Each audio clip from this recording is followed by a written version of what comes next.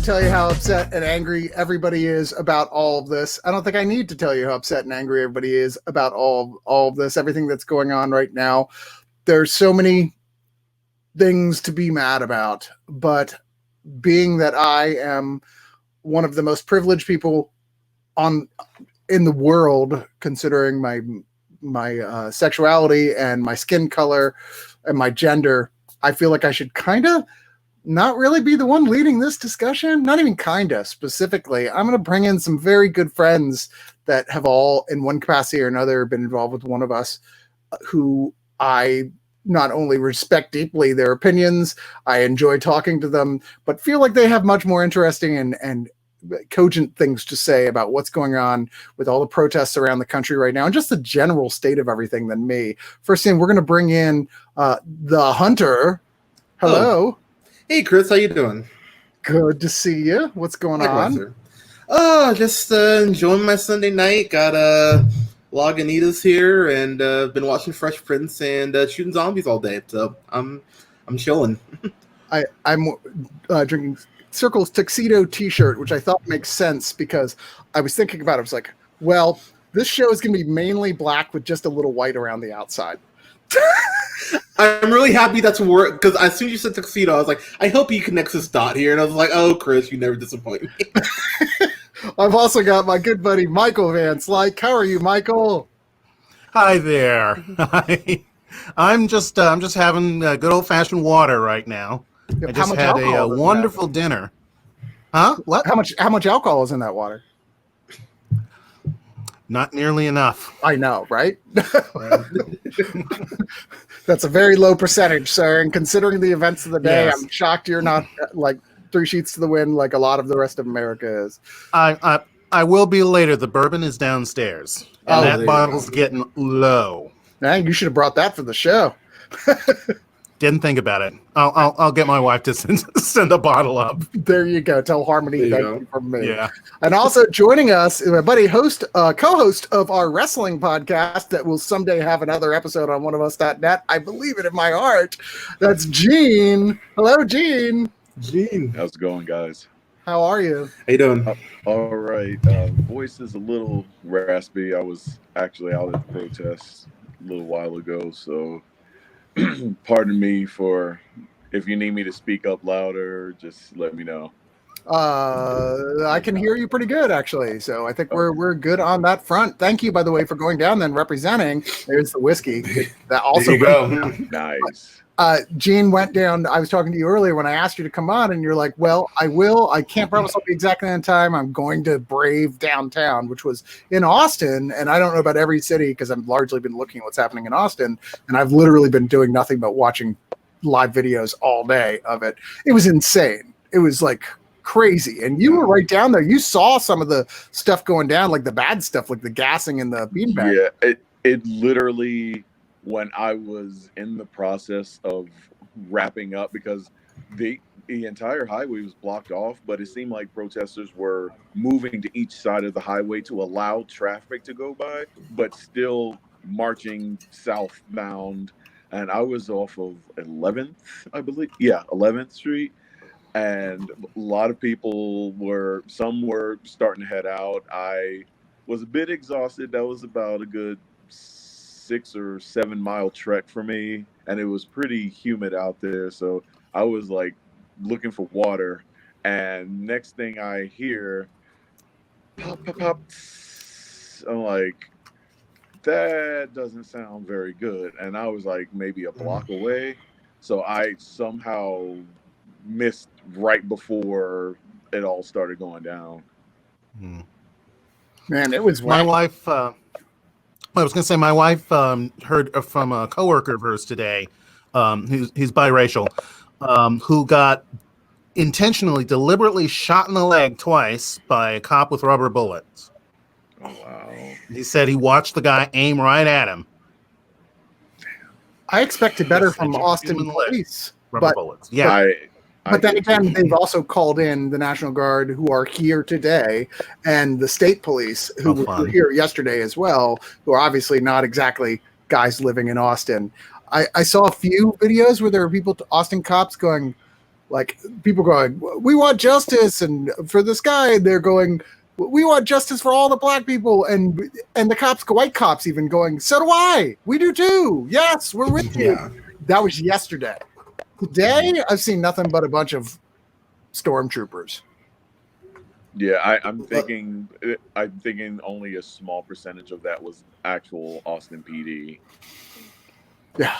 But let me start off by asking you guys, what do y'all think about what is happening in the protests and the way they're being handled and the way they're being covered by the media? I think there's a huge bunches of question marks. I think we don't even know who all is in the protests. I honestly do think they're agent provocateurs mixed in with all the protests. So when someone sets a first aid station on fire, or again, another thing, my wife's coworker had to stop 2 white guys from burning down a club on 6th Street. Right. You know, but it looks like it's us doing it. Yeah. Yeah. For me, it's I'm kind of right there with Michael. It's a lot of question marks, but I think that a lot of people that we all need to go ahead and take the responsibility and understand that yes, this whole thing is absolutely terrible what happened, but that again, no one is saying every cop is racist, no one is saying every cop is bad. All we are saying is that the bad cops need to start being held accountable. That is all we are saying. And I think there are political groups that are trying to just muddy the waters to go ahead and take away from that message. And we really need to go ahead and stay the course on that front, because it's like, look, this has been happening. I was just rewatching Detroit for my podcast today, and Detroit's a hard movie to get through. Like as it gets further in, you're just like, oh, like it hurts you. But what should hurt you even more is Detroit wasn't that long ago, and I think people forget that was the late 60s. Yeah, and we're still dealing with this shit. So if you don't think it's a systematic problem, that's on you. You're clearly just sticking your head in the sand, and you need to acknowledge that the system's broken. It needs to be fixed. We need to take care of our cops better. They need to be equipped better, paid better, trained better, screened better. Hell, but at the same, and that's I don't think held to a higher standard as well. Like that's great. Absolutely. We do all that, and and they should be incredibly well paid, and they should be insured incredibly well, so that clear if anything ever happens to them in the line of duty, their family will be taken care of.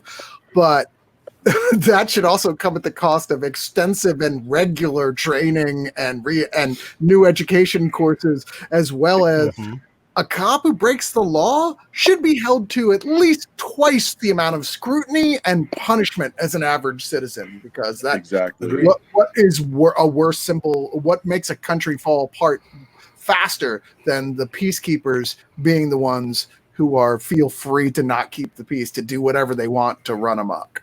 Exactly. To paraphrase, I believe Chris Rock said it a few days ago. Yes, the police have a hard job. No one is ever denying that.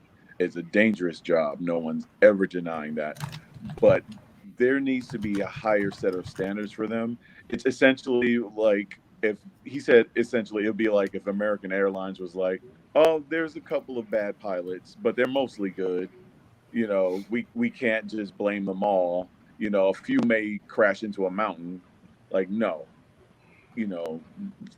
Some professions can't have bad apples. Better vetting process is needed. The fact that my dad is a retired cop and he worries about me because he's concerned with the current crop of police that are out there nowadays, that's saying something. Christopher Clark says, can you call a cop good who obstructs justice and places the thin blue line before his oath to uphold the law? The thin blue line, watch the documentary. Just great documentary. Their silence in the face of their brother's crime. And that's what we're saying, is that they should be held to a significantly higher standard.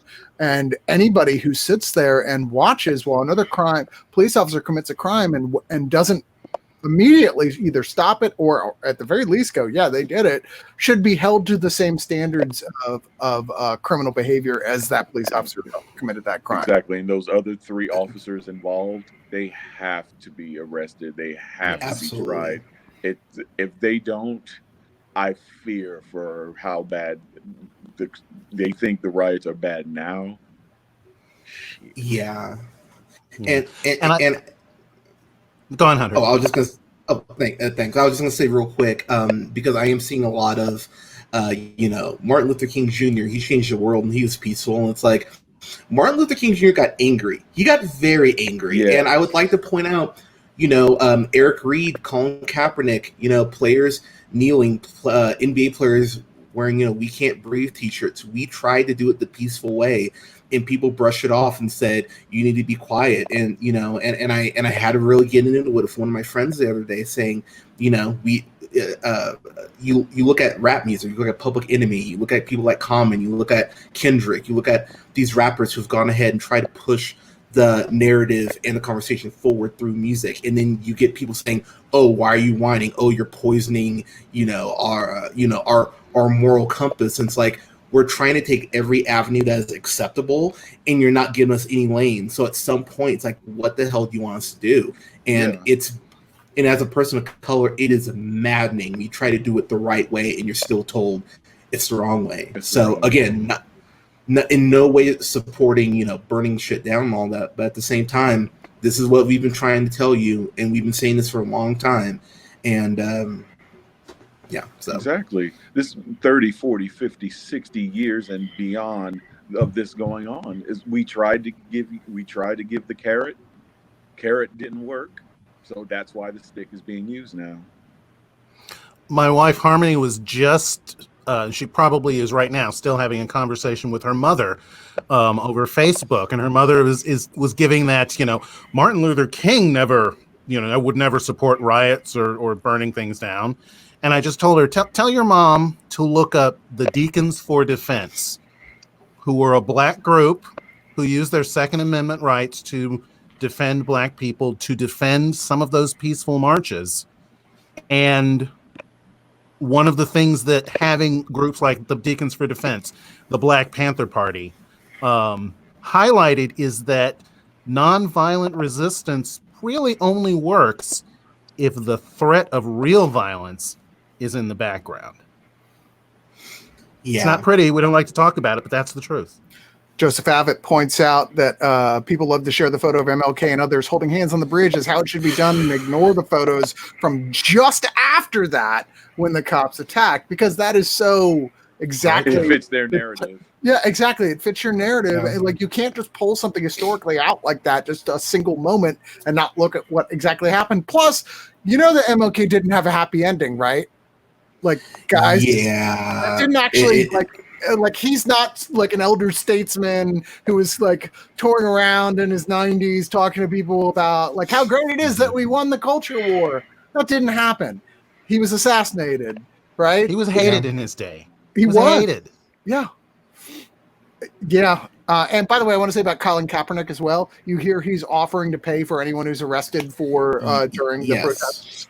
They're legal. I was like, that guy's all right. Yeah. And I almost never say not a sports guy. Not only him, and I know I personally criticized him for kind of sitting the sidelines in the past. Also, Justin Timberlake, same thing. He's offered to pay for anyone's bail who was protesting. I knew I liked Timberlake, and not just because he's trying to get. Go ahead. I was just saying he's trying to get back to that suit and tie shit and all that, like over that John Mayer like country shit that he's doing for a while. But did anybody else have a problem with the NFL statement where it was like, really? I honestly I didn't hear the statement. Oh, go ahead. I didn't read the statement. What was it, Chris? Oh, they basically put out like a lot of other big companies doing, we believe in Black Lives Matter. We're 100% behind this. And it was like, it's come out that you guys fired Colin Kaepernick entirely because of the political fallout of his statement, right? You don't support Black Lives Matter. You're doing it now because it looks good on you. It's like, I think anyone who was like at a higher up at the NFL at this point should be you guys should lose their job, and maybe Colin should get his back. I'm just saying. Yeah. It would be like Kevin Spacey coming out and saying, "Believe accusers, me hashtag me too." It's like really, motherfucker. Like, yeah, we see so you. Allegedly, sorry. Harvey Weinstein's like, listen to women, right? Michael Vick's like, feed your dog. Like, it just. So I want to go back to something one of you guys was saying before. You, Michael, was saying about agent provocateurs, which is a thing that really concerns me. And not that you said it, because I'm kind of with you, but the more I read about it, the more I'm like, well, this sucks because it's so abstract and so hard to say for sure anything. But we do know that there are like Reddit has found subgroups out there that are like, okay, go out there and cause as much chaos as you can. There's the whole thing with police officers wearing armbands. That is not a conspiracy. That's a real thing where we're like, okay, they chose different colored armbands to be undercover and do stuff. There's a lot of stuff that's like, we don't know, like the guy who supposedly was breaking the windows at the AutoZone, and we're like, was that a police officer? Was that who that was? We still don't know the answer to that question, but like all of this feels right in tune with, the Russian troll bots coming in and feeding the fires of things. I worry about Russian troll bots feeding the fire to liberal groups with information like that. Like saying, oh, well, maybe there's stuff there that's not true at all, that's being manipulated by those groups to cause things to get even more fiery on the left. What do you guys think about that? I think you're spot on. I think, and it goes back to what you said, Chris, about, I think it was before the show, we were talking about the deep fakes. The technology to put together deep fakes has gotten so good, even computers can't tell the difference. And that is terrifying because that puts us in really a post-truth world. How can you trust anything? And if you can't trust anything, how do you make good decisions? It's about doing your. So I agree and I disagree on this front. Like, the internet is, I think we get so, caught up in, fandom wars and stuff like that. We don't realize the incredible tool the internet really is. Yes, it can be utilized as a, unfortunately, very effective weapon, but it's one of the best tools that anyone has access to, period. And all I would tell people is, on either side, whether you're like, oh, this looting is terrible, why are people complaining? Or you're out there in the streets, protesting. Just be wary of what you share. Like, take that half a second to take a step back and actually do your research. Just because you see it on a site you like doesn't mean that it's true. And I've really had to, tell people, like, okay, like, let's, I know, like, everyone is just in an emotional spot right now, and I completely understand that. And everyone, okay, how do I phrase this? We're at a point right now in our culture where there's not room to grow. And what I mean by that is that everyone feels like they have to be right 100% of the time. And I know people are frustrated with, some of the just the shitty responses we've gotten, but at the same time, you can take that minute, try to educate someone. Yeah, it can come from an angry place and a place of wanting to go ahead and help, but whether you're getting arguments with these people and it's just not sticking, if you have a platform right now, especially if you're a content creator, it really is kind of your responsibility right now to go ahead and try to, like, navigate your listeners and just try to navigate, period, right now. Yeah, I found myself, I don't want to say arguing, but trying. I know what I said about the carrot and stick earlier, but been trying to dangle the carrot, trying to explain in as layman's terms as possible, as nice as possible, explaining the entire deal. And people are being willfully obtuse. People are just, the cognitive dissonance of constantly, as soon as we start discussing a topic, shifting it to how people should protest, shifting it to collateral damage. It's like, I call it racial dodgeball because people keep wanting to change the subject to avoid having the uncomfortable conversation that America needs to have about why unarmed people of color keep getting mowed down. And as long as they keep playing racial dodgeball, stuff will not get better. Yeah, that's my suspicion about why some of them, some of the well-meaning ones who dodge that to avoid having the real conversation, I think is because a lot of it's my impression that I've gotten over the years. A lot of white people have this caricature in their head of what a racist looks like. And he's the big, smelly, scruffy guy with the rebel flag on his trucker cap and uses the N-word every other word and got a Southern accent and all of that. And they're thinking, well, I'm not like that, so I can't be a racist.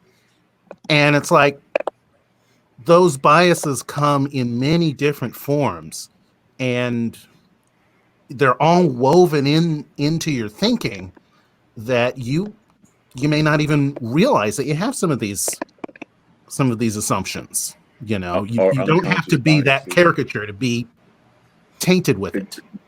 Exactly. Yeah. I worry about that all the time as a non-black person, going, is it possible that sometimes I'm doing things without realizing them because of my cultural biases that are unfair that I should examine? I mean, I actually had to go to a friend of mine once and go, it's okay, I don't like every run of Black Panther, right? like, am I wrong, or is like only a few of them are really great and most of them are just okay? He's like, it's okay, man. It's true. Only a few of them are really great. And the fact that you would even think to ask is why we love you. Oh, exactly. Yeah. Now, a friend of mine posted this, and this is so true. Basically about allyship, and as far as white allies wondering what they can do, understanding is the key. Understand why your black friends and the community at large is so tired. Understand what could fire up people to the point of protesting and in some cases rioting, i.e. nothing else has worked in the last several decades. Understand that if we had any power over this, if we could end this, we would have done it back in the 1600s when the colonialists came to West Africa. Understand racism is not just white hoods. It's not just burning crosses. It's silence, benefiting and being complicit in a system designed solely for your benefit and the dehumanization of those not like you. It's changing the conversation to discuss collateral damage of this incident. It's discussing the dog in the Amy Cooper incident. It's he should have complied when America can see he was clearly complying, and instead of discussing why another unarmed black man is killed. It's showing up at Capitol buildings with AR-15s because you're inconvenienced during a global pandemic and you want to go sit down at Chili's and have buffalo chicken, but when unarmed black people are getting mowed down and we're protesting, you guys are nowhere to be found. Yeah, the whole, and I know it's people were using it to show an ironic humor, but it really was like one of those, maybe there is a God because this is too ironic not to be a thing, with like white conservatives going, I can't breathe in this thing, to George Floyd being, I can't breathe, and comparing those two things that happen right next to each other, sandwiched right next to each other. It's just startling the level of just a disconnect that people have, are incapacity to put themselves inside of someone else's shoes or someone else's culture. I do want to say here, Marco points out, watch every arrested protester or dissident get classified as an Antifa terrorist. This means no due process, no legal representation, held indefinitely in Gitmo-like facilities. I can't be the only person, or I'm not obviously because Marco feels it as well, but like we can't be the only people thinking that the president's statement today saying that he considers Antifa now a terrorist organization, which is not the same as legally qualifying them as one. First off, to be clear, that is a process, but that is his attempt to start that process that way. He wants that process to go that way because of the Patriot Act. Am I wrong? Like he wants to be able to point the finger at anyone because Antifa is not an organization. It's more of a philosophy.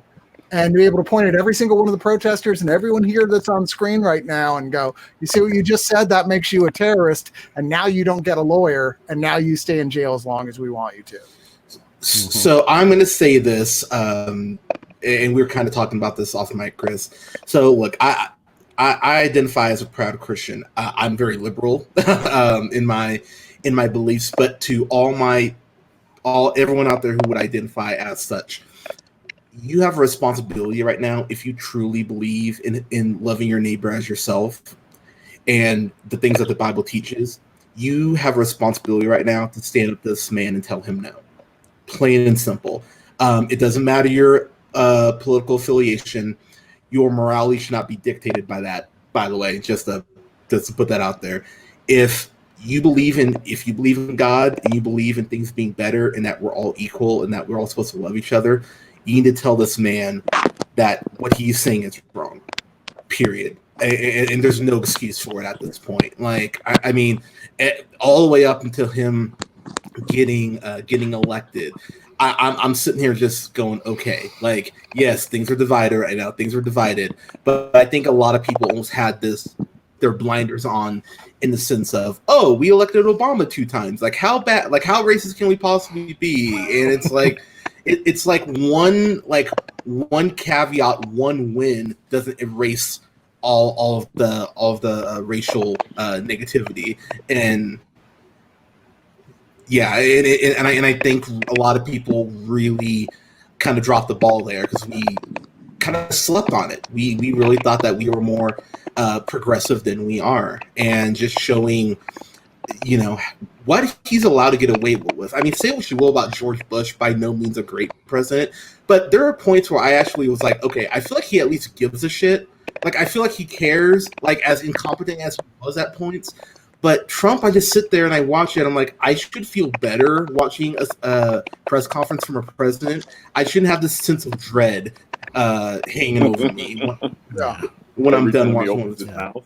Yeah, and it's just gotten to a point where, it just feels like you're getting belted with it. But I would encourage people that, yes, what he's saying is terrible and everything, but don't let it just become, pardon the term, white noise. Don't just be like, oh, that's just Trump being Trump. It's like, no, you need to stay angry and keep holding him accountable. That's going to be the biggest challenge as we head up to November and everything.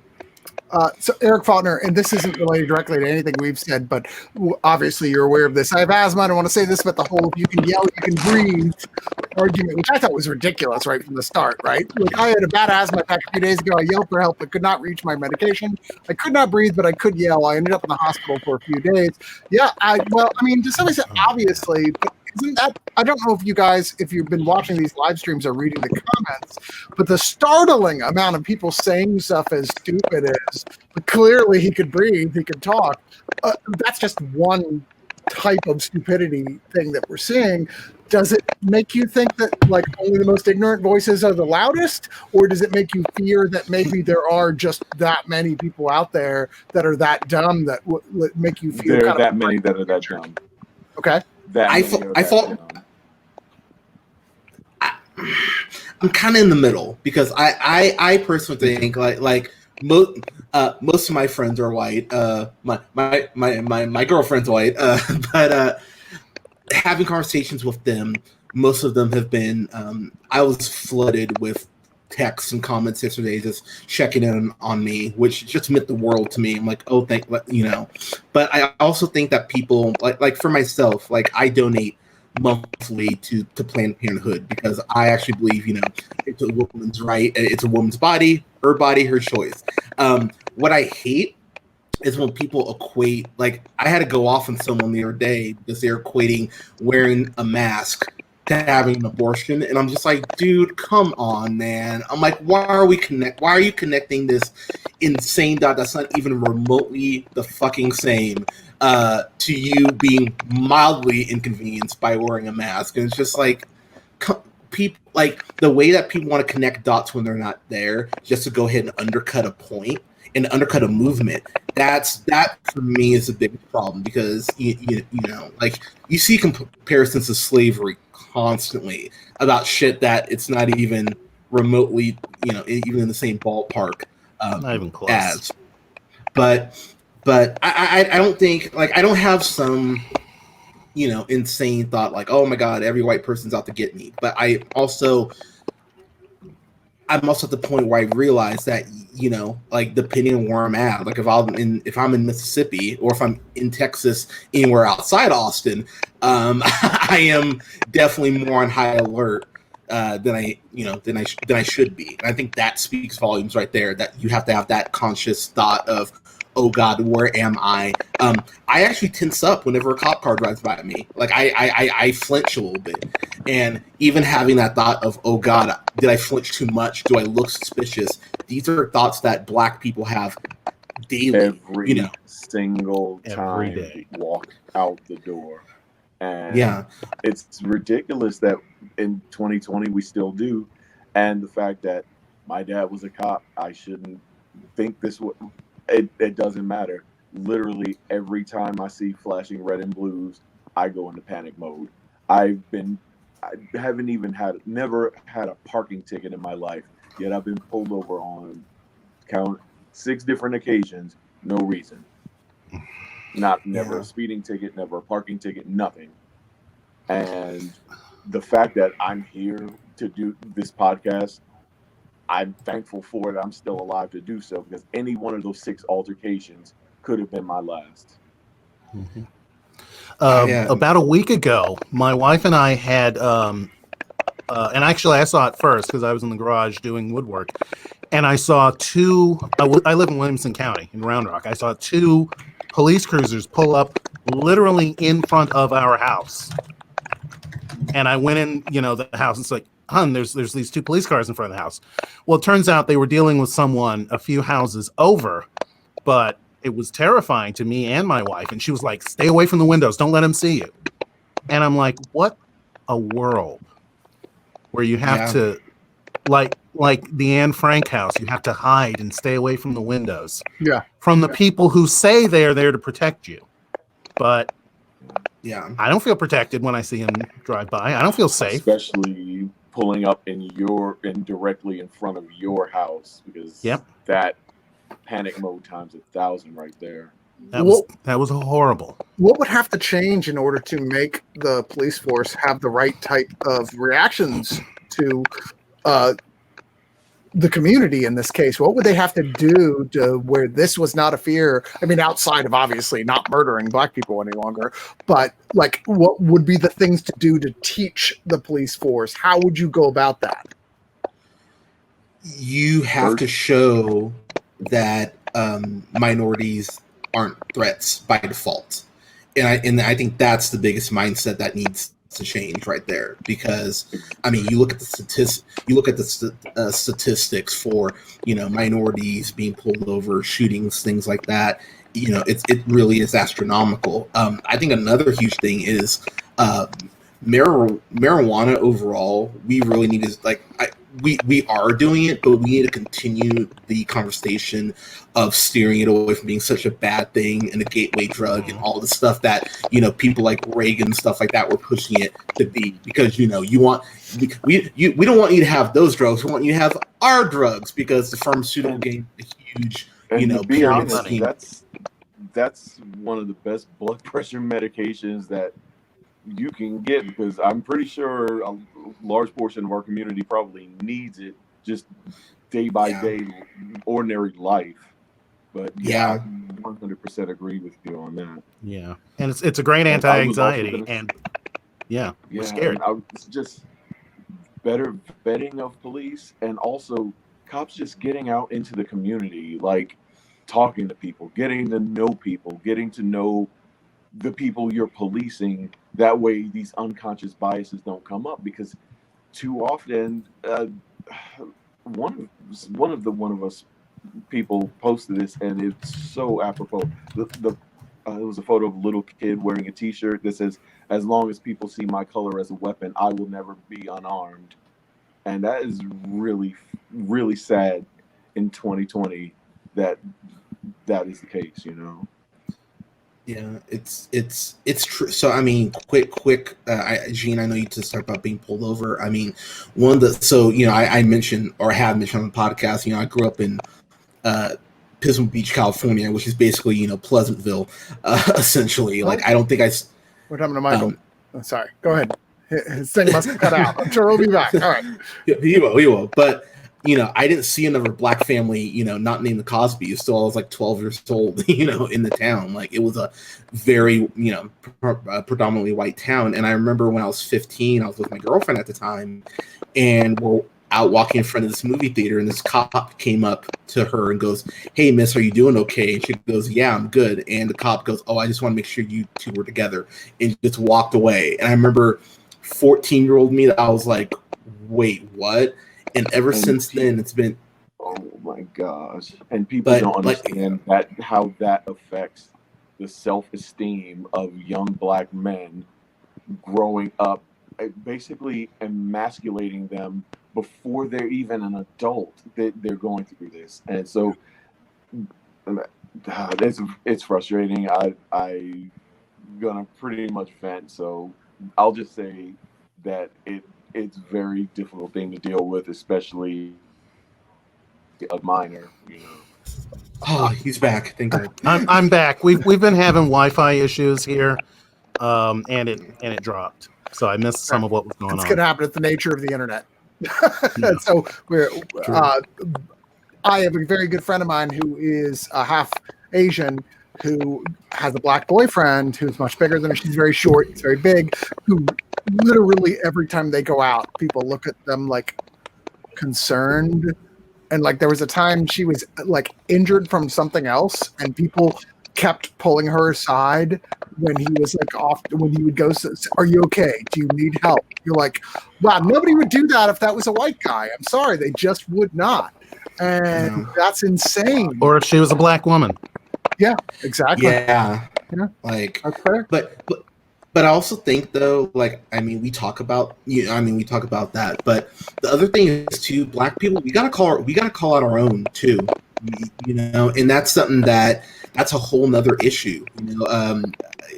One of the first reviews I did for the site was that hashtag Black AF review, and I remember really going off on the podcast about it, because it's like, look, this is showing a black family that's acting ignorant, and unfortunately being a person of color, when we're represented the way we're represented, is so important, and people really do dissect it more than they do when you get a white film. And so seeing us acting I'll say it coonish, at points, it's like, that's really bad for the royal us to go ahead and see that representation celebrated, and we should be calling stuff out like that. And I don't think that happens nearly enough without having that pushback of, "Oh, you're not supporting us." But it's like, no, I am supporting us, because I want to make sure that how we're represented is done in a positive light, and not like Soul Plane is one of my least favorite things I've ever seen in my life. If I ever meet Kevin Hart, I'm gonna be like, "Dude, you knew better." Like, come on, man. Like, Soul Plane is like, awful. It is, but it's a damaging movie. I remember the moment I saw the hydraulics on the plane, I went, "Oh wow, you guys are assholes, and everyone in this movie should be fucking ashamed themselves." But it's things like that we have to call out. Like, we should be to a point, hopefully in the next decade, 20 years, where Black Panther, a film like Black Panther coming out, isn't such a reason to celebrate, because it's commonplace. And I think that's something that people need to get. Like, it's okay if you don't like Black Panther, by the way, you just have to have a right reason. That was my argument with that movie, The Photograph. I was like, okay, I get it. Some people are defending this movie because everything about it was black created, written, directed, made, and it wasn't a terrible Tyler Perry movie. It was like, this is much better than a Tyler Perry movie. It was still terrible, but it was so much better than that other option that people were like, come on. I'm like, we shouldn't have to do that, right? No one should have to do that, to go, this was barely passable, and we're supporting it because... Yeah, well... Yeah, you don't have to lower the bar for us. We can put out excellence just as much as any other community, and we do. And have. Yeah, many times. I think people. I haven't watched it. I actually watched it about 2 or 3 months ago. It's one of my favorite movies in the last 10 years. I think Black Klansman is excellent. I think more people need to see it, especially now. If there's a time to revisit Black Klansman, it would be right now. The white. I will say, as a person of color, one thing that drives me insane, and I would really suggest, if you want to be an ally, if you want to keep growing with us, this is one thing you really need to stop doing. Stop assigning blackness to black people. It is the most irritating goddamn thing in the world. I know, because I'm rewatching Fresh Prince right now. One of the jokes, Will is always, bashing on Carlton for, how not black he is. And I will say, as a person of color, having white people assign your blackness to you and say that you don't sound black, which is something I get constantly. It's like, oh, so how do you expect this to sound? Or I don't dress black because, Chris knows I'm a giant nerd. I wear Black Panther and like Captain Marvel and Batman shirts all the time. And it doesn't make you any less black. Yeah, but the problem is that's not how, unfortunately, aspects of the world see us. But then when we act black, then people are like, oh, you're dangerous. So it's like, that's such a vicious circle that we go through. And it mentally just wears on you.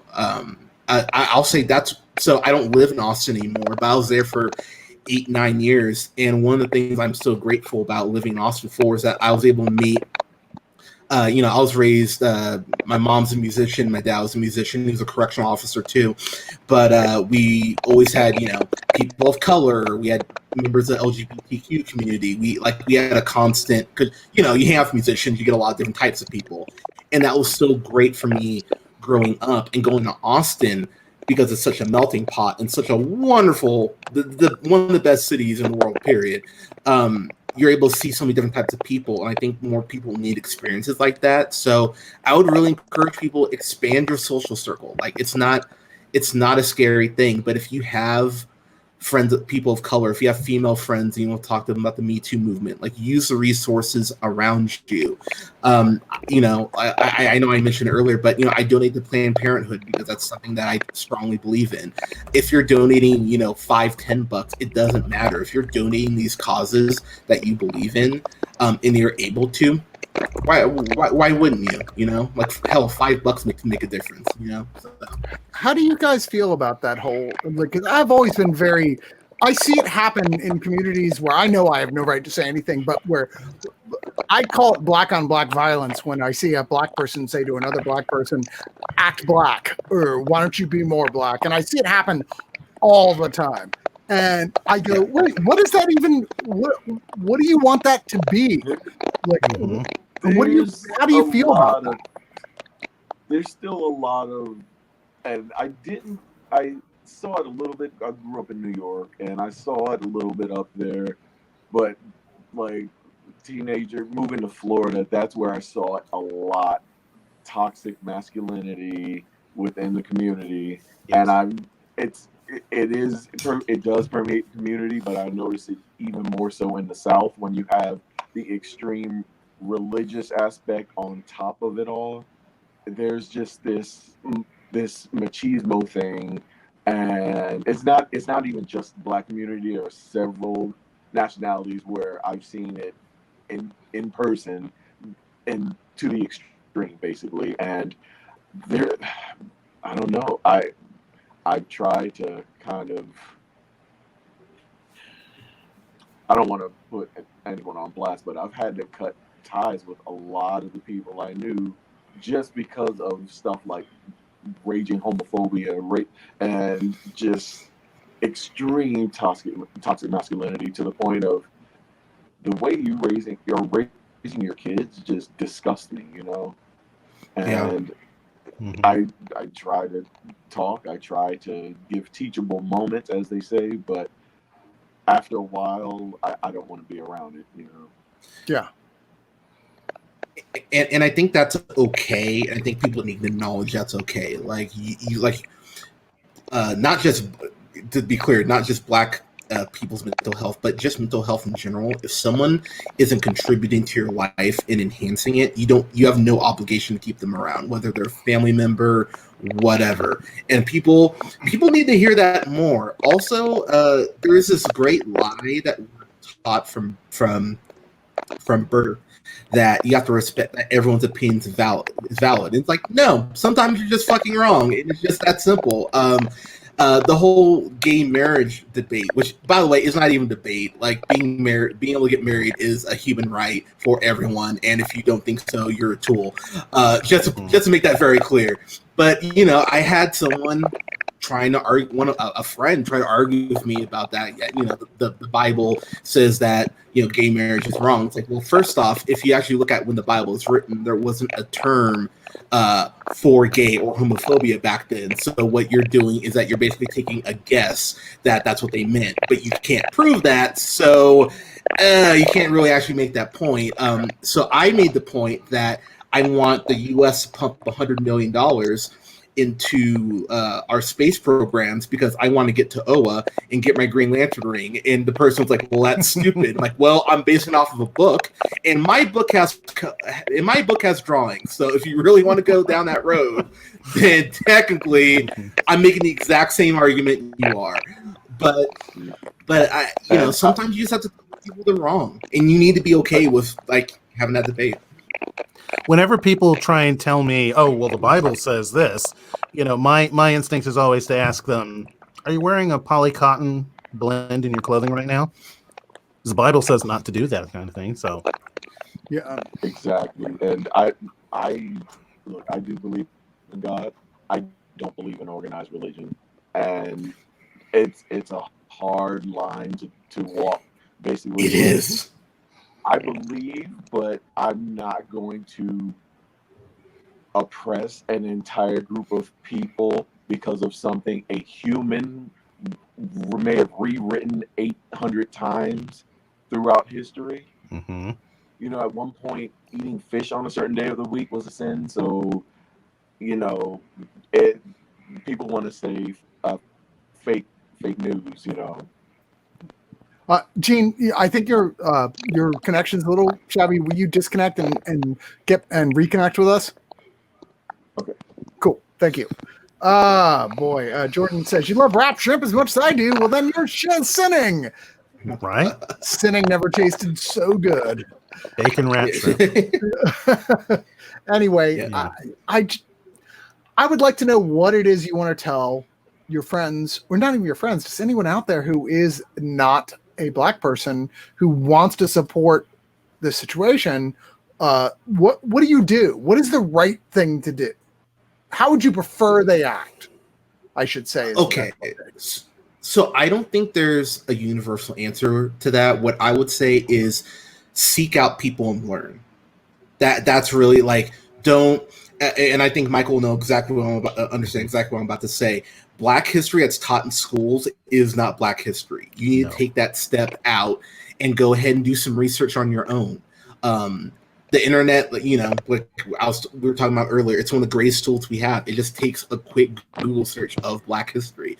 I have this book. I don't know if Gene or Michael, if you've heard about it. It's called The New Jim Crow. It's an amazing book. I get it.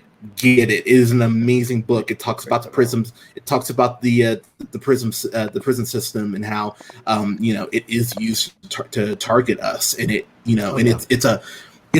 you'll get angry, but you will get educated. So that's a book I would really recommend. That's one of those books everyone should own.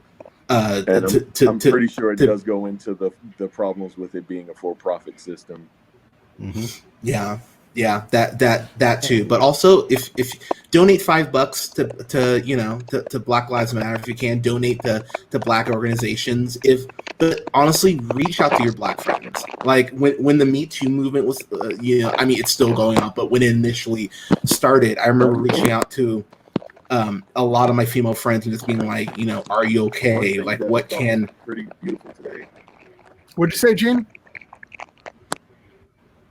Gene, is there? No problems. One of the things I thought was very beautiful today was just out of protest, the diversity of that crowd. It's like so many white, Latinos, Asian. It's like all walks of life that were out there, and I'm not hearing him. yeah, I'm there was not- tear gas at one point, or being backgrounds at one point. Gene, I don't think we're hearing you. I apologize, Gene. You're just not coming through. You're not able to hear me? Not really. Not We clearly. barely hear you. I'm sorry. We tried to get Gene earlier through his laptop. Oh, he cut himself off. Okay, I don't blame him Yeah. for having problems. Chris says it's not our job as Black people to give non-people of color Cliff Notes version of our true history. That's absolutely correct. That is Love true. you, Mom. Yeah, Is that your mom? that's my mom. Yeah. Oh, I saw her earlier on your feed. I know it was your mom, but my first reaction is like, damn, she's hot. Oh my God, there's so many of my friends who say that about my mom. It's so weird. But she's a lovely woman. But anyway, I completely agree, and I think you guys obviously do too. That wasn't what I was trying to assert. I was saying, what would you want to say to people who are out there going, "We want to support you"? What are you saying is the best way for them to do that? I agree with Hunter. Is that do your homework first, learn where we come from, not what you think we've been going through, but actually do a little homework, spend some time to learn what our history has been like and what it is like now. I'm still sometimes I'm a little cagey about saying something that I really believe is that the prison system is slavery 2.0. Because it serves a lot of the same function. But also listen to people of color when we tell you something, and take our word that our experience is what we're really experiencing. And something, going back to what I said about people who have some of these prejudices, who don't think they do because they don't look like that caricature Klansman, is that we've all got implicit biases. I'm gonna tell a story on myself. My wife Harmony has heard it many times. When I discovered my implicit sexism, and I consider myself a very committed, devoted feminist, and yet we were in the hospital looking after her mother who had taken sick, and she needed a blanket. So I went out to the nurse's station, and it was in between shifts. It was like nighttime. I couldn't find anyone. There were two people there, a man and a woman, both doctors, both filling out their notes.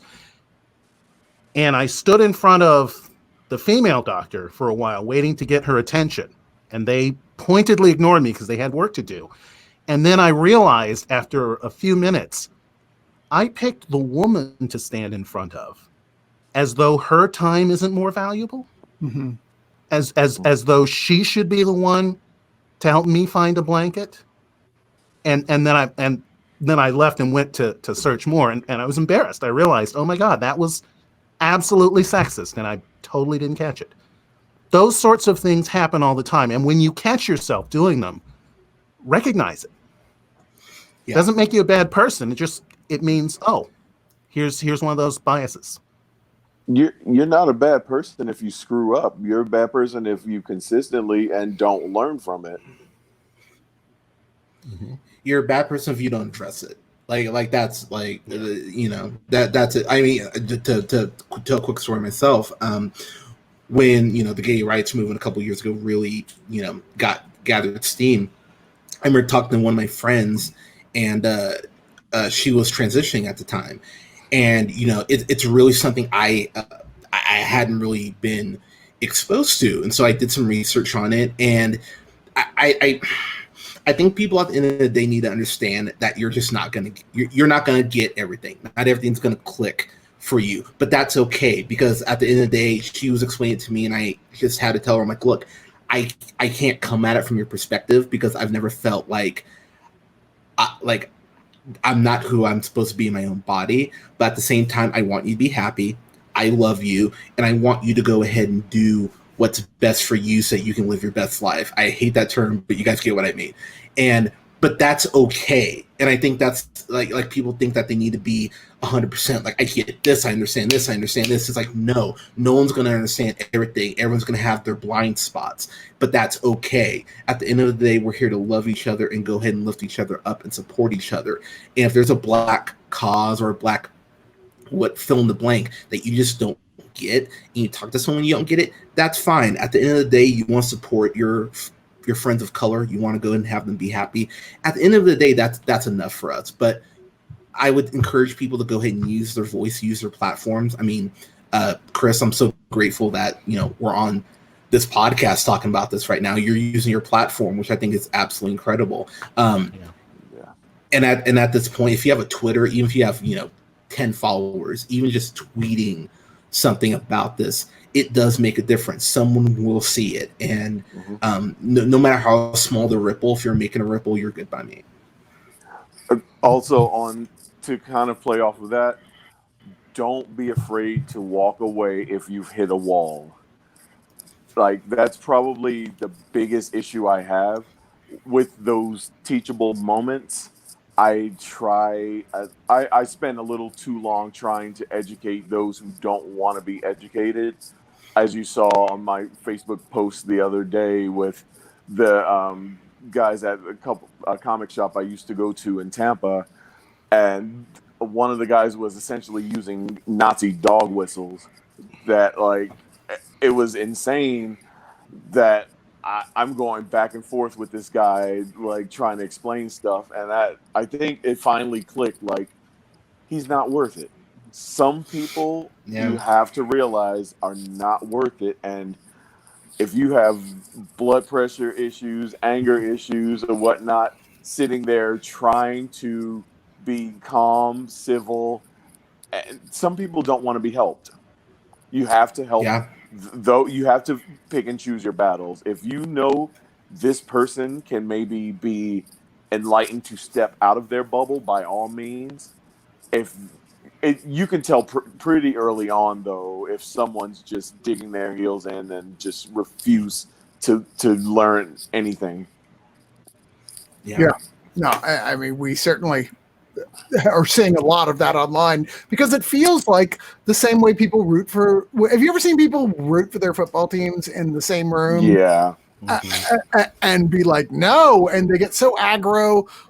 But when they're doing that, like, a lot of the time there's a sort of sense of humor behind it to some level, like a sardonicness to it, but nothing would ever make them sway away from supporting. Like, literally, one of the players could come out, pull out a gun, shoot another player on the other team, and they would still support their team, right? I like the last Boy Scout. This is right. This is what this feels like. No, this is what it feels like. Where it's like the sardonicness is not though a shared sardonicness with the other side. It's more of a sort of like, haha, it's just so much fun to troll you in a non-ironic way. Yeah, in a non-ironic way. Yeah. It's disgusting and it's disturbing and it biologically lizard-brained-ish, and I mean that in a literally scientific way, because that's where tribalism comes from, is that little part at the base of our spinal cord. I don't know how to counter that. The fact that people are so incapable of listening to reason. I see liberals that are incapable of listening to reason when they buy into insane conspiracy theories. Like ones you're like, no, I'm sorry. Like the evidence is all out there about 9/11. They're like, nope, don't care what you say. Steel beams don't help. You know what I mean? That all that nonsense. Yeah. You go, for God's sakes, why can't we just make people stop, take a deep breath, and think? One of the reasons. Oh, sorry. I was going to say, I think one of the reasons, Chris, that this problem is so thorny is particularly a societal one in the United States.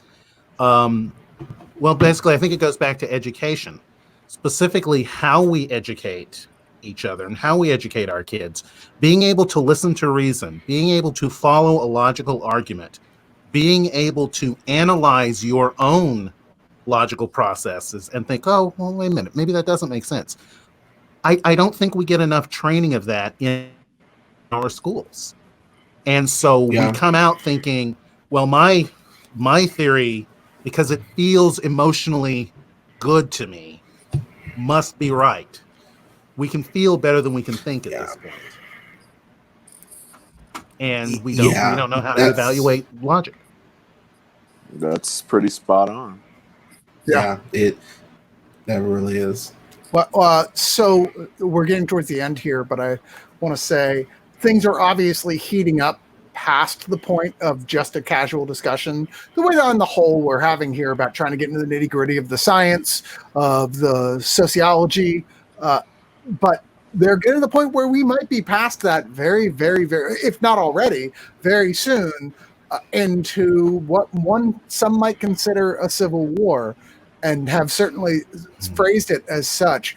Now, I myself in private circles have phrased it as such, like within the last 2 years ago, saying I strongly suspect we're on the route to an open, escalated civil war in this country. But I'm never going to say that online publicly. But I feel like today is the day that you were like looking around, going, "Are we not right at that? Wouldn't it take just one last thing to light that match for us to get to that level?" And how do you guys feel about that? And do you think that's true? I don't, for this reason. For me, I think we're at a turning point in this country, and we're in an election year. Look, I understand Biden is a not ideal candidate. Even as a liberal, you guys, we need to acknowledge that. Like, come on, like we should be able to do better than Joe Biden. At the same time, the man is not. He is not. He's not a troll like Trump is, and I'm just going to call it like that because some people, some Trump supporters are just like, oh my god, I love the way he trolls people and does that. It's like sometimes you're not being a troll, sometimes you're just being an asshole, and I think people need to be able to understand the difference. And when you're the leader of the free world, you should not be a troll. It's just that simple. You shouldn't get off on pissing people off, which Trump clearly does. Along with pictures of his daughter. But besides, but oh, I'm sorry. Did he not say that if he wasn't his daughter, he'd be dating her? I'm sorry, not creepy to anyone else. Just saying. Have you been on a porn site lately? Like at least 2 out of every 5 porn posts are incest. So I don't know what to tell you. Oh, that's unfortunate. That's America right now. That's America. Yeah, but I don't think I think we're. Yeah, I don't blame you, but I really do think we're at a turning point in the country. I do think, unfortunately, we are going to see more riots. I think we're going to see more similar things like this. But at the same time, if there's a point for us to come together and really go ahead and acknowledge that, yeah, this is going to take time. This is not going to be an overnight fix. And I think people need to understand that it's not going to be an overnight fix. But even if we are just slowly, pushing the football, as it were, towards going ahead and making things more universally acceptable and just loving on each other more, I think that's a win. I think, Chris, to kind of tie it back to this, I think the cinemas opening is going to be a big thing. I think people need to see. I mean, I'm talking about like stuff like Wonder Woman 84 and stuff like that. People need to see more varied representation on screen, and I think that as we continue to move forward with Marvel, DC, companies like that, that will make a big difference. I think a bigger difference than people actually think it's going to make. But I would just encourage people right now that while tensions are high, find what makes you happy in a productive way. So, I mean, like for myself, tomorrow's my birthday. I'm gonna smoke a bunch of weed tomorrow and watch Avengers. That's my day tomorrow. And my Sounds like amazing girlfriend. Yeah. And I've been quarantined with my girl, and she's gonna make me cheesecake. So I'm gonna have a very chill. I'm giving myself a social media pause too, and I'd really encourage more people to do that, because there is a point where there's that fine line, and I think you guys will know what I mean. Like when 9/11 happened, there was so much news on it. It got to a point where I think it really beat a lot of people down, to the point where you weren't informed, you were depressing yourself. Yeah. And I think everyone's line's different, but being able to find that line between, oh, I'm educated on subject whatever, versus, oh, I'm just wearing myself down mentally because I'm just being belted with news over and over again. It's okay to take a social media break. You don't have to check stuff every day. But it's okay to go ahead and let yourself breathe a little bit. And I think people need to just do that a little more too. Yeah. I'm not sure that I'd go so far, Chris, as to say that we're heading for a civil war quite yet. I do believe that we're in a kind of revolution, and I think and revolutions don't just spring up fully formed; they grow, and I think we're in the beginning part of a revolution, and whether or not the revolution succeeds in the direction of more inclusiveness, of more reason, or whether or not it moves towards outright fascism. I think this is the year we're going to find that out. And if it goes towards fascism, yeah, then I can see a civil war tearing this country apart, and the American experiment will be over. But we're not quite there yet. But we're closer to it than we've been for 150 years. And one thing that I had wanted to make sure that I brought up before we end today, and something that we were addressing earlier, before I had my tech glitch, is we were talking about how do we reform law enforcement, and we've talked about we've got to get the bad cops out. One of the issues that I have seen in my research is that there are good cops that stand up against the corruption in their department. When they do, they're marked. Yeah. They get crappy performance reviews over little shit. Yeah. They get bad assignments. They don't get promotions. At the very worst, when they need backup, they're ignored, which puts them and the public in danger. And eventually those good cops leave the force. We lose them. Yeah. Because the bullies have taken over the profession, they've taken over the training cadres, and they've taken over the leadership. I think right now we kind of have a golden opportunity for those good cops who really are out there. And if any of them get to see this, now's the time to push for a change in your department. Before it was just painting a target on your forehead. This is a golden moment. This probably won't come again in your career. You got to take it. And only by the good cops taking over their departments and kicking out the bullies will we change the nature of policing in America. And if they don't do that, then we're going to be here again. Yeah. As far as, I don't think we're at the point of civil war. I honestly, if there was one, I don't think it's going to be white versus black. It's going to be basically all the bubble people, which is a very small percentage, versus all the people who choose to not live in a bubble, everyone else. And do you feel like that is more of an even balance, or what do you feel like the balance is of that? Because it feels like a lot of America is in that bubble. I would say it's 2-to-1. For every 2 sane, rational people, you do have one of those bubble people, for lack of a better term. So I think we outnumber them, but you have your crazies there, so who knows? I don't think we're at that point yet, but I have a very strong feeling that if the other cops are not also indicted, it's going to get worse. Yeah. That's going to be very key, because I've had a couple people ask, like, oh, why aren't you celebrating like the guys in I'm like, guys, like, we've seen this story before. Like, I'm not getting excited until I hear the words he's behind guilty. Bars. Yeah, once he's behind bars, then we can move forward. Yes. Yeah. So let me move us towards the end with the one last question from one of our guys. Trevor says, do you have any thoughts or points for journalists in the way that they've been covering this? Because I've certainly found it to be kind of neutered with almost all the reactions. When I watch live video coverage that are coming from people on the ground, just live streaming from who want to get in the middle of it, versus journalists who almost always are going, here's a shot from way, way away with a bunch of talking heads. I think there's a reason for that. Like everyone has stated, this is one of those crucial points in history, and I think I don't want to say that there are certain media outlets that are softballing it, so to speak, but I think maybe I could be wrong, but maybe their idea is maybe if we ease the information to them, the other side will finally get it. That's just me, but I could be wrong.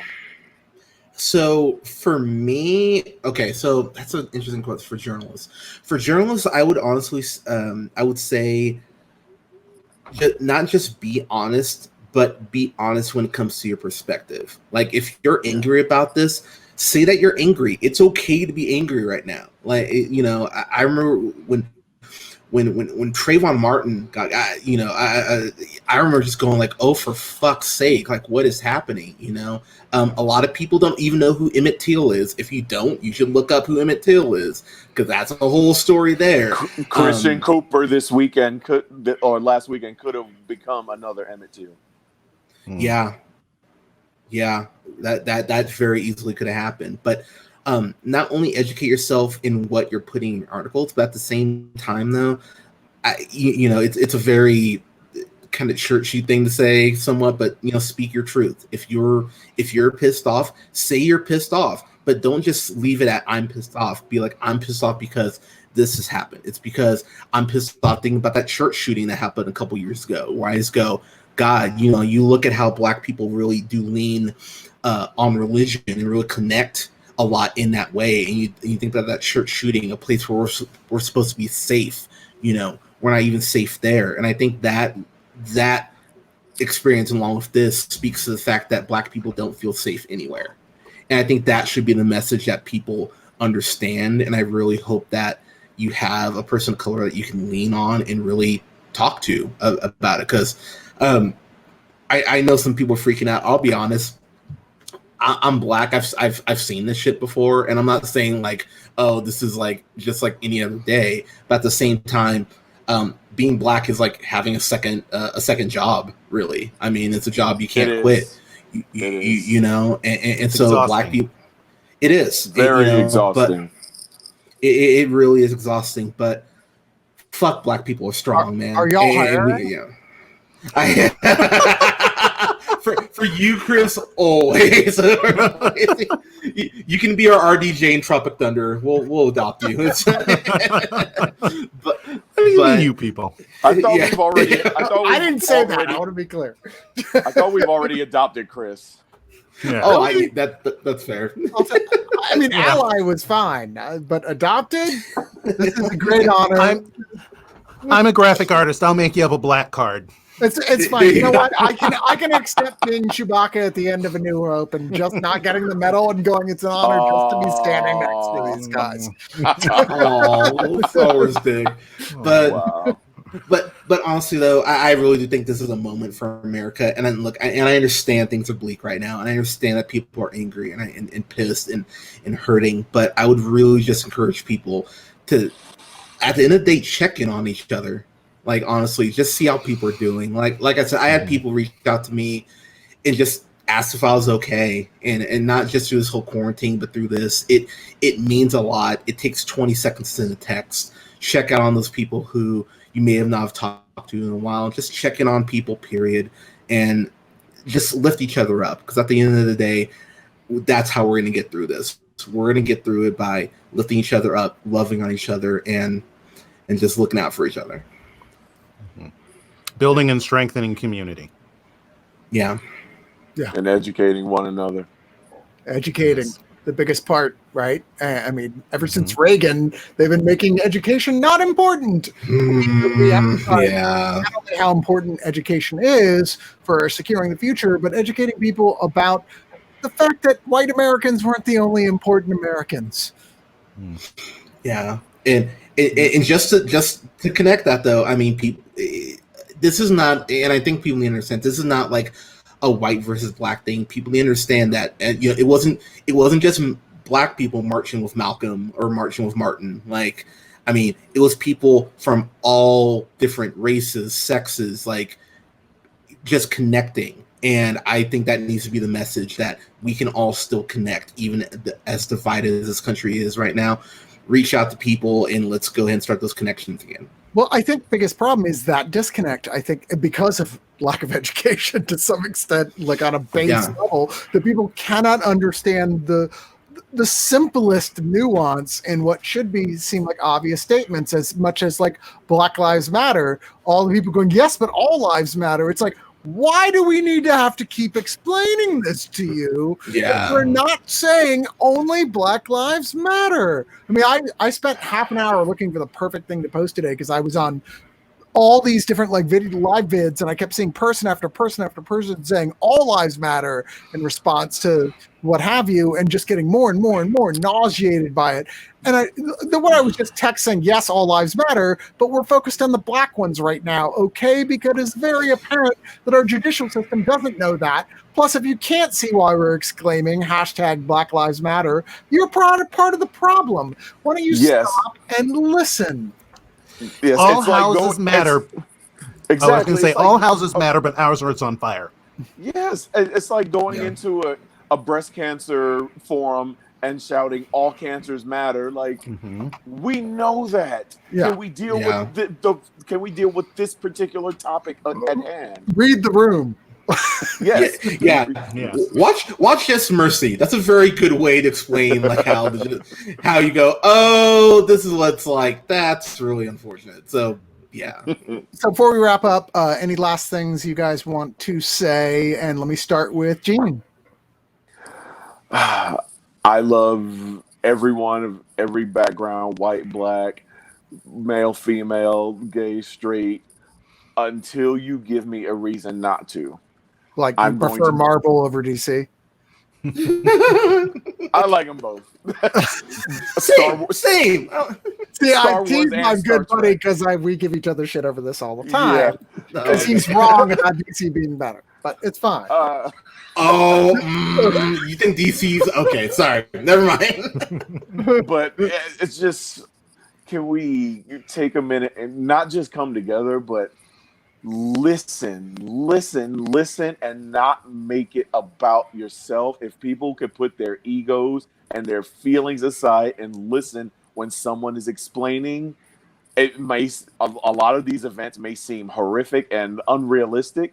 Just because you haven't experienced them doesn't mean that other person has not. So please listen and show empathy. That's all I ask. Michael? I'm going to have to agree with Gene. This is the same name as my brother, by the way. Not about DC, right? No. Oh, thank God. Now, do you mean your actual brother or like your brother? Like which one? No, my younger brother. Okay. But yeah, make an effort to show empathy, to put your ego to the side, listen for what people are saying, not so that you can have something more to say yourself. And educate yourself, not just about the facts and figures of history, but also about nuance. Is what you were saying, Gene, is that a lot of these issues aren't black and white. I mean, just learn. Do a Google search on the term logical fallacies and find out how many of them you fall into. You know? Yeah. It's surprising how complicated just human discourse is and the way our brains work, and how often you'll find that you have been guilty of that, even if you think you're the most woke person in the whole world. Mm-hmm. Yeah. So that's my take. Hunter? At the end of the day, if you have me as a Facebook friend, I kind of address all this in this post, and I would really encourage people to read it. And at the end of the day, silence is golden sometimes. It's nice to just listen to people tell you their perspective, because when you listen, you're not talking, you're able to learn better that way. So if you have a friend or a person of color in your life that you're close to, honestly, reach out to us. You know, we are more than willing to talk about stuff like this. In the same way, I would encourage people, look, I want to be better than women. What can I do? Reach out to someone, talk to them. Like, you don't learn if you're not reaching out and putting in the work. You can say you want to be an ally all you want, but take the steps to be an ally. Don't just say that you are. Don't just post something. Reach out to people. Educate yourself. Stretch yourself beyond your means and have those uncomfortable conversations, because, growth isn't easy. Change isn't easy. It's not until we get out of our comfort zones that we begin to learn. Right on. Thank you so much, all of you guys, for coming out. I know this was a difficult decision, even probably on some level, to agree to come out and talk about this stuff right now, because everything is on fire in the world. I seriously appreciate y'all coming on here. I feel weird being the person hosting this show. I'm like, I almost felt like, hey, Hunter, you got a podcast. You want to do this on your channel?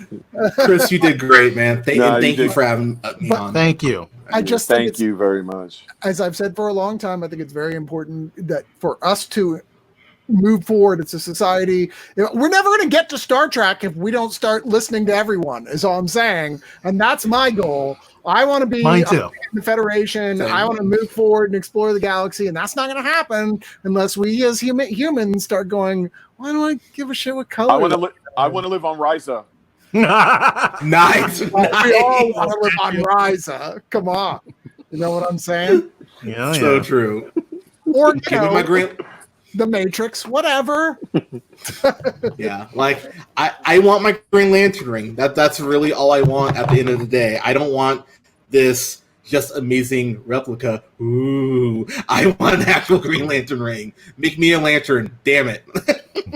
You guys are the best, and I love all of y'all. And thank you so much. Love you too, man.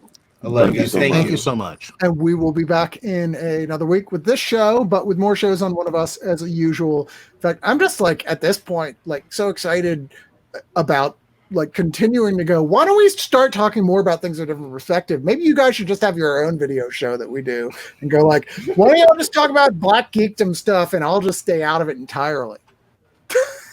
Oh, look at that face. No.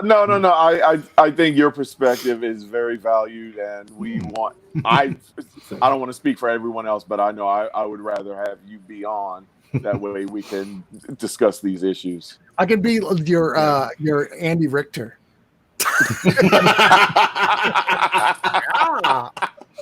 That's great. Are you eating a sandwich, Chris? No. Wow. I love that so much. I understood that reference. Yeah.